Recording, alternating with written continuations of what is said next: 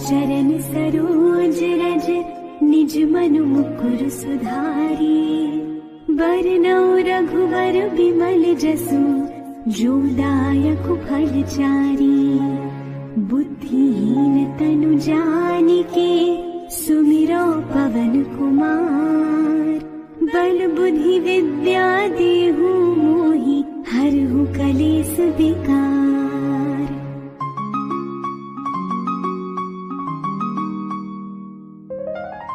जय हनु।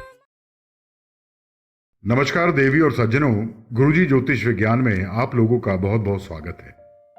आज के इस धारावाहिक में हम लोग जानेंगे और समझेंगे हनुमान चालीसा को। क्या है हनुमान चालीसा? अवधी भाषा में लिखा गया है और इसका अर्थ क्या है? हम लोग इसे पढ़ते जरूर हैं, पर कभी आप लोगों ने ये नहीं जाना कि इसका अर्थ क्या है, इसके भाव क्या हैं। इसके भाव जानने की कोशिश नहीं करी। देवी और सज्जनों, इस धारावाहिक को शुरू से अंत तक जरूर देखिएगा ताकि आप इसके सार को समझ पाएं। हनुमान चालीसा की रचना गोस्वामी तुलसीदास ने करी थी। वह हनुमान जी से काफी प्रभावित थे। उनका जन्म 1511 में राजापुरा, जिला बांधा, वर्तमान में जिसे चित्रकूट कहते हैं, वहां हुआ था, जिन्होंने श्री रामचरितमानस ग्रंथ की भी रचना करी थी। कुछ साल वे राजापुरा में रहने लगे। उसके बाद वे काशी चले गए। वहां जनता को राम कथा सुनाने लगे। कथा के दौरान उन्हें एक दिन मनुष्य के भेष में एक प्रेत मिला, जिसने उन्हें हनुमान जी का पता बतलाया। हनुमान जी के उनको साक्षात दर्शन हुए। हनुमान जी से मिलकर तुलसीदास जी ने उन्हें श्री राम के दर्शन कराने की प्रार्थना करी। हनुमान जी ने उन्हें कहा कि तुम्हें चित्रकूट में भगवान श्री राम के दर्शन होंगे। इस पर तुलसीदास जी ने चित्रकूट की यात्रा पर चल पड़े। चित्रकूट पहुंचकर उन्होंने रामघाट पर अपना आसन जमाया। एक दिन उन्हें यकायक मार्ग पर श्री राम के दर्शन हुए। उन्होंने देखा दो बड़े ही सुंदर राजकुमार घोड़ों पर सवार होकर धनुष्बाण लिए जा रहे थे। तुलसीदास जी उन्हें देखकर आकर्षित हुए, परंतु उन्हें पहचान ना सके। तभी पीछे से हनुमान जी ने आकर उनको सारा भेद बताया। इस पर तुलसीदास जी पश्चाताप करने लगे।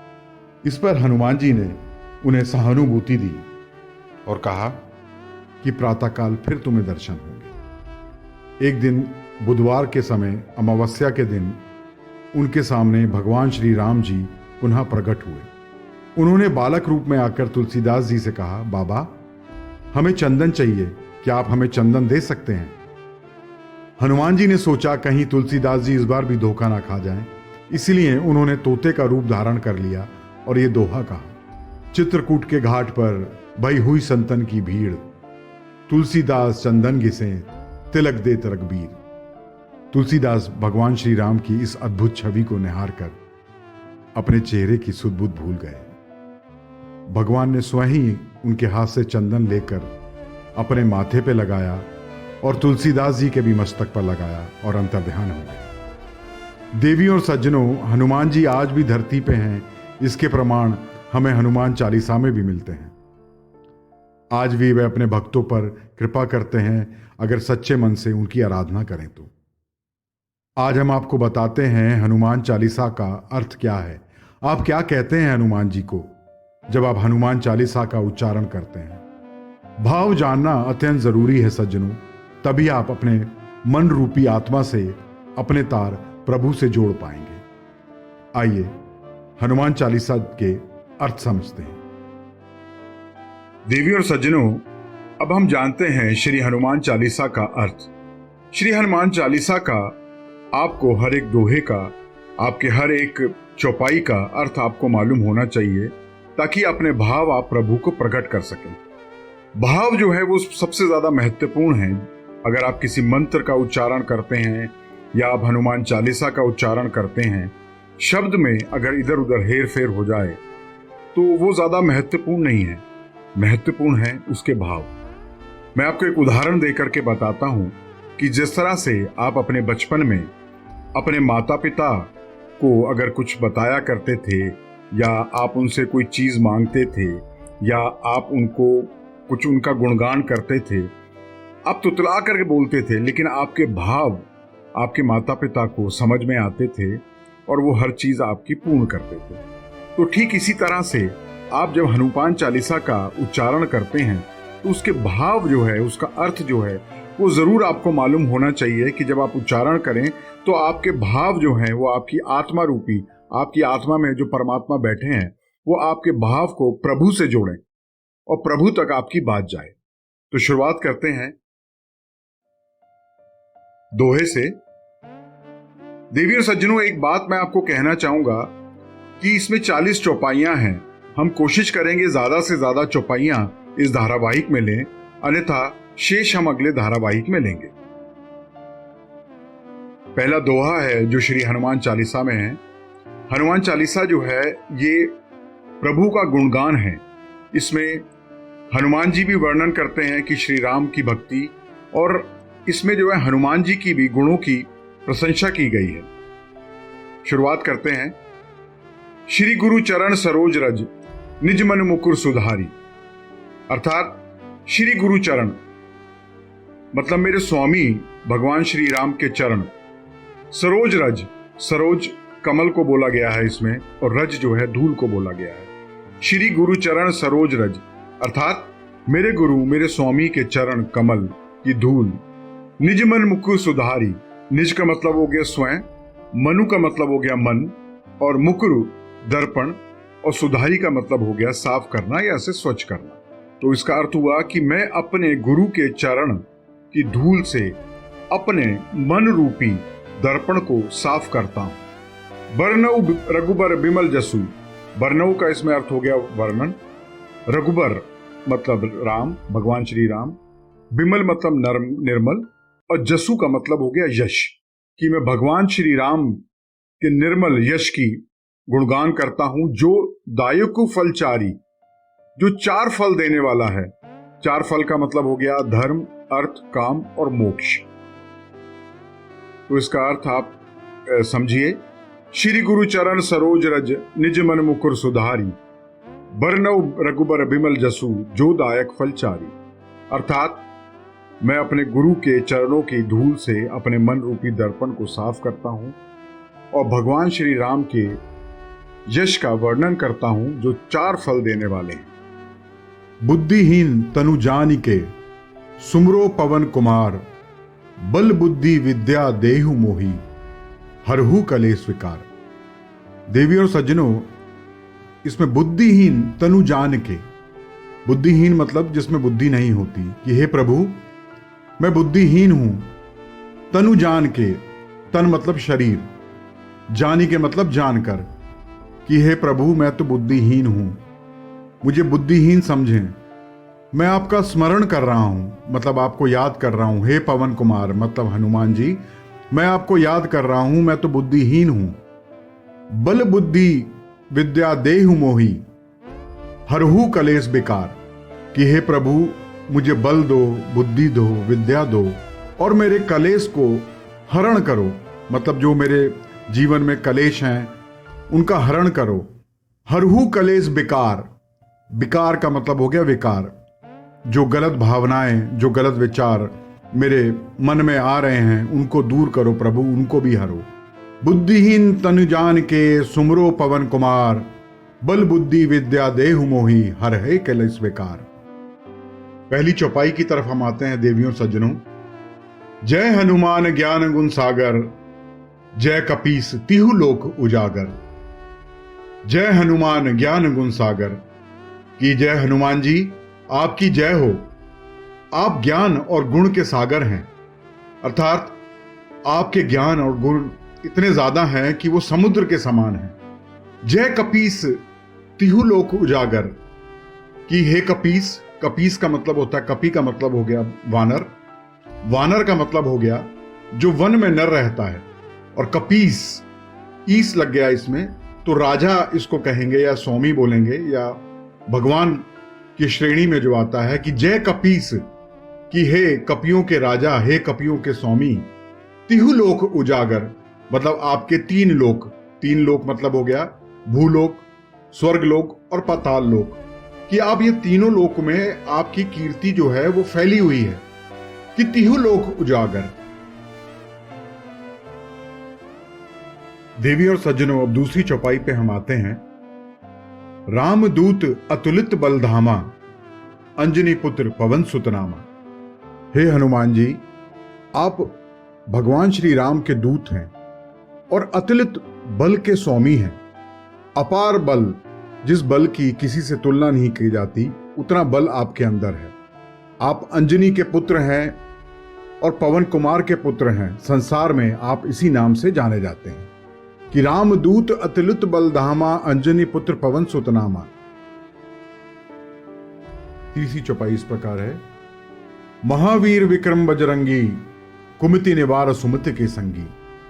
हे महावीर, हे हनुमान जी, हे बजरंगबली, आप बहुत ही महावीर हैं। आपके अंदर विशेष पराक्रम है। आप खराब बुद्धि को दूर करते हैं और अच्छी बुद्धि वालों के साथी और सहायक हैं। महावीर विक्रम बजरंगी, कुमति निवार सुमति के संगी। कि हनुमान जी, आपका पराक्रम बहुत ही विशेष है। आप खराब बुद्धि अगर किसी की होती है, आप उसको दूर करते हैं, और जो अच्छी बुद्धि वाले हैं आप उनकी सहायता करते हैं, हमेशा उनके साथ होते हैं, आप उनके सहायक होते हैं। चौथी चौपाई की तरफ चलते हैं। कंचन वरण विराज सुबेशा, कानन कुंडल कुंचित केशा।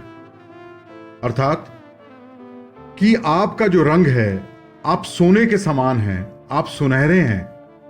आपका जो वर्ण है, मतलब कंचन को हम सोना बोलेंगे और वरण को वर्ण। विराज सुबेशा मतलब आप विराजते हैं। कंचन वरण विराज सुबेशा मतलब कि आप सोने के समान रंग वाले हैं और आप जो है इस रूप के अंदर विराजे हैं। आपके जो वस्त्र हैं, आपके ऊपर जो गहने हैं, आपके जो कपड़े हैं, वो बहुत ही आपके ऊपर अच्छे लग रहे हैं। कानन कुंडल कुंचित केशा मतलब कानों में आपके कुंडल है और आपके जो बाल हैं वो घुंघराले हैं। अर्थात आप सुनहले रंग, सुंदर वस्त्रों में, कानों में कुंडल और घुंघराले बालों से सुशोभित हैं। आप स्वर्ण के समान कांतिवान हैं। शरीर पर वस्त्र बहुत सुंदर लग रहे हैं। पांचवी चौपाई की तरफ चलते हैं देवियों सज्जनों। हाथ व्रज और ध्वजा विराजे, कांधे मुंज जनेऊ साजे। हे हनुमान जी, आपके हाथ में वज्र और ध्वजा है और कंधे पे मुंज के जनेऊ की शोभा है। शंकर सुवन केसरी नंदन, तेज प्रताप महाजगबंदन। अर्थात हे हनुमान जी, आप भगवान शंकर के अंश हैं। आप भगवान शंकर के रुद्र अवतार हैं। हे केसरी नंदन, केसरी हनुमान जी के पिताजी का नाम है। हनुमान जी को वायुपुत्र भी बोला जाता है क्योंकि वायुदेव के प्रताप से ही केसरी नंदन के यहां हनुमान जी का जन्म हुआ। तो कहते हैं शंकर सुवन केसरी नंदन, तेज प्रताप महाजगबंदन। हे केसरी नंदन, आपके पराक्रम और महान यश की वंदना संसार भर में होती है। आपकी पूजा अर्चना होती है। देवी और सज्जनों, अब सातवीं चौपाई पे हम लोग आते हैं। विद्यावान गुणी अति चातुर, राम काज कर बे को आतुर। अर्थात इसमें कहा गया विद्यावान गुणी अति चातुर कि हे हनुमान जी, आपके पास विद्या का भंडार है। आप विद्यावान हैं, आप गुणी हैं, अति चातुर, आप चतुर भी हैं। मतलब आप इतने चतुर हैं कि आपको कौन सा कार्य कब करना है ये आपको मालूम है। राम काज कर बे को आतुर, आप भगवान राम के आदेश पर उनके हर काम करने को सदैव तैयार रहते हैं। विद्यावान गुणी अति चातुर, राम काज कर बे को आतुर। आठवीं चौपाई। प्रभु चरित सुन बे को रसिया, राम लखन सीता मन बसिया। हे हनुमान जी, आप प्रभु राम के गुणगान, आप उनकी कथा सुनने को हमेशा व्याकुल रहते हैं। आप उनकी कथा बहुत रस लेकर के सुनते हैं। आपकी उनकी कथा, उनके गुणगान सुनने को रसिया हैं। रसिया मतलब हैबिट आप कह सकते हैं इसमें कि आप हे हनुमान जी, प्रभु चरित सुनबे को रसिया, राम लखन सीता मन बसिया। हे हनुमान जी, आपके हृदय में भगवान श्री राम, माता सीता और लक्ष्मण आपके मन में बसते हैं। 9वीं चौपाई। सूक्ष्म रूप धरी सिहाई दिखावा, विकट रूप धरी लंक जरावा।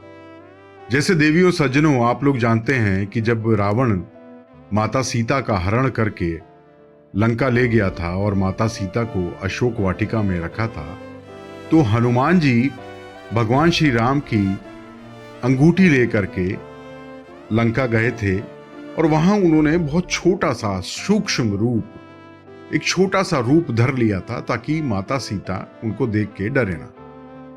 तो कहते हैं सूक्ष्म रूप धरी सिहाई दिखावा, कि आप जब माता के पास गए थे, माता सीता के पास गए थे, तो आपने बहुत ही छोटा सा रूप धर लिया था। उसके बाद विकट रूप धरी लंक जरावा, और जब लंका जलाने की बारी आई तो आपने अपना रूप बहुत बड़ा कर लिया। आप भयंकर रूप में आ गए थे जब आपने लंका को जलाया।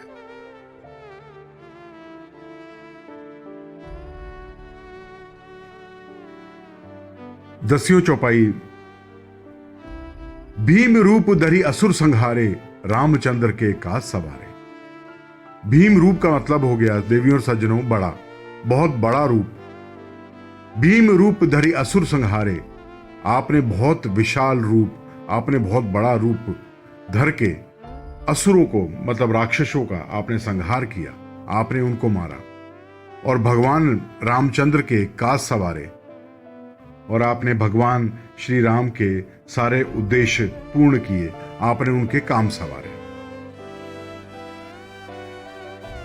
देवी और सज्जनों, अब 11वीं चौपाई।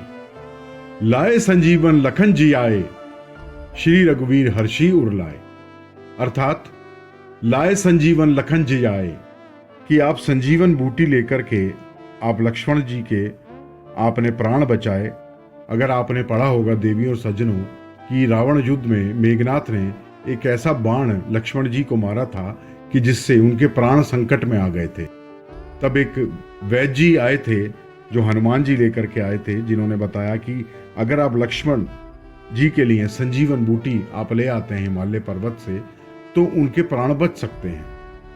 आगे श्री रघुवीर हर्षी उरलाए, मतलब भगवान श्री राम उस समय इतने हर्षित हुए, इतने खुश हुए कि उन्होंने हनुमान जी को अपने हृदय से लगा लिया। 12वीं चौपाई। रघुपति कीन ही बहुत बड़ाई, तुम मम प्रिय बरहत ही संभाई। देवी सज्जनों, रघुपति कीन ही बहुत बड़ाई, मतलब भगवान श्री राम आपकी बहुत प्रशंसा करते हैं, आपकी बहुत बड़ाई करते हैं और कहते हैं प्रभु हनुमान जी से कि तुम मेरे बहुत ही प्रिय हो, तुम मम प्रिय भरत ही सम भाई, कि तुम मेरे इतने प्रिय हो कि मेरे छोटे भाई भरत हैं, तुम उसके समान हो। 13वीं चौपाई। सहस बदन तुम रो जस गावे, अस कही श्रीपति कंठ लगावे। अर्थात कि भगवान श्री राम ने आपको अपने गले से लगा लिया हनुमान जी, और ये कहा कि आपका यश तो ऐसा है कि जैसे 100 मुख आपके यश का वर्णन करते हैं, आपकी प्रशंसा करते हैं। सहस बदन तुम रो जस गावे, अस कही श्रीपति कंठ लगावे। सनकादि ब्रह्मादि मुनीसा, नारद सारद सहित अहिसा, जम कुबेर दिक्पाल जहां थे, कवि कोबिद कही सके कहां थे। हे हनुमान जी, आपके यशों का गान तो सनक मुनि, सनातन मुनि, ब्रह्मा जी, नारद सारद, नारद जी, सारद इसमें बोला है सरस्वती जी को, सरस्वती जी के साथ शेषनाग, यमराज, कुबेर और समस्त दिक्पाल भी करने में असमर्थ हैं। मैं तो एक छोटा सा कवि हूं, एक विद्वान कवि हूं, तो मैं आपके लिए और क्या कह सकता हूं, मैं तो उन लोगों के आगे कुछ भी नहीं। 16वीं चौपाई। तुम उपकार सुग्रीव ही कीन्हा, राम मिलाए राजपत दीना। अर्थात आपने सुग्रीव के ऊपर बहुत उपकार किए, उन्हें भगवान श्री राम से मिलाया और आपने उनको उनका राजपाट वापस दिलवाया। तुमरो मंत्र विभीषण माना, लंकेश्वर भय सब जग जाना। तुलसीदास जी कहते हैं कि हनुमान जी आपकी बात तो विभीषण ने भी मानी। आपकी सलाह मानकर विभीषण भगवान श्री राम से मिले और भगवान श्री राम से मिलकर उनको लंकापति बनाया। ये सारा संसार जानता है। जुग सहस जो जन पर भानु, लीलियो ताही मधुर फल जानू। जैसा कि देवियों सज्जनों आपने पढ़ा होगा कि हनुमान जी अपनी बाल अवस्था में सूर्य देव को निगल गए थे, अपने मुंह के अंदर रख लिया था एक फल जान करके। तो इसमें तुलसीदास जी कहते हैं कि ये हनुमान जी आपने बाल अवस्था में ही 1000 योजन एक पैरामीटर है किसी दूरी को नापने के लिए, कि आपने बाल अवस्था में हजारों योजन दूर स्थित सूर्य को एक मीठा फल जानकर खा लिया। आगे तुलसीदास जी कहते हैं, प्रभु मुद्रिका मेली मुख माही, जल्दी लांघी गए अजरज नाही। कहते हैं तुलसीदास जी कहते हैं, आपने भगवान श्री राम की अंगूठी अपने मुंह में, अपने मुख में रखकर विशाल समुद्र को लांघ गए। इसमें कोई अचरज या आश्चर्य करने वाली कोई बात नहीं है। आगे तुलसीदास जी चौपाई में कहते हैं, दुर्गम का जगत के जेते, सुगम अनुग्रह तुम्हारे तेते। अर्थात तुलसीदास जी कहते हैं कि संसार में जितने भी दुर्गम कार्य हैं, मतलब जो कठिनाई से भरे हुए कार्य हैं, वो आपकी कृपा से सरल हो जाते हैं। कि हनुमान जी का नाम अगर कोई लेता है और उनकी पूजा अर्चना करता है तो संसार के कठिन कार्य भी बहुत ही सरल हो जाते हैं।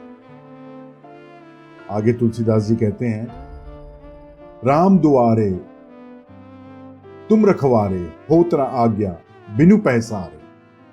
तुलसीदास जी कहते हैं, भगवान श्री राम के द्वारपाल आप ही हैं। आपकी आज्ञा के बिना उनके दरबार में किसी को प्रवेश नहीं मिल सकता। अर्थात कि अगर आप भगवान राम को पाना चाहते हैं तो हनुमान जी की पूजा अर्चना सबसे पहले जरूरी है। ये तुलसीदास जी हनुमान जी की प्रशंसा में कहते हैं और ये सत्य भी है। जैसे कि मैंने आपको बताया कि तुलसीदास जी को प्रभु राम के दर्शन हनुमान जी की वजह से ही मिले। आगे तुलसीदास जी कहते हैं, सब सुख लहे तुम्हारी सरना, तुम रक्षक काहू को डरना। तुलसीदास जी कहते हैं, हनुमान जी, हे भगवान हनुमान, आपकी शरण में जो कोई आता है उसे सुख मिल जाता है। आप जिसके रक्षक हैं उसे किसी बात का डरना क्या। आगे तुलसीदास जी चौपाई में कहते हैं कि आपन तेज संभारो आपे, तीनों लोग हाँकते कापे। हे हनुमान जी, हे महावीर, आपके तेज के बल को स्वयं आप ही संभाल कर रख सकते हैं। आपकी एक हुंकार से तो तीनों लोग कांपते हैं। तीनों लोग जैसे मैंने बताया कि स्वर्ग लोक, भूलोक और पाताल लोक, कि आपकी एक हुंकार से तो तीनों लोग भी कांपते रहते हैं। भूत पिशाच निकट नहीं आवे, महावीर जब नाम सुनावे। हे हनुमान जी, आपका नाम लेने मात्र से ही भूत और पिशाच भाग जाते हैं और नजदीक नहीं आते। बहुत डरते हैं आपसे कि सिर्फ आपका नाम लेने से ही वे निकट नहीं आते। आगे तुलसीदास जी कहते हैं, नासे रोग हरे सब पीरा, जपत निरंतर हनुमत बीरा। हे हनुमान जी, आपके नाम का निरंतर जाप करने से ही सभी प्रकार के रोग और पीड़ा नष्ट हो जाते हैं। आपका नाम ही इतना सत्य है कि अगर कोई नर आपका नाम जपता रहे तो उसके हर पीड़ा, हर संकट, हर रोग वो अपने आप ही दूर हो जाता है।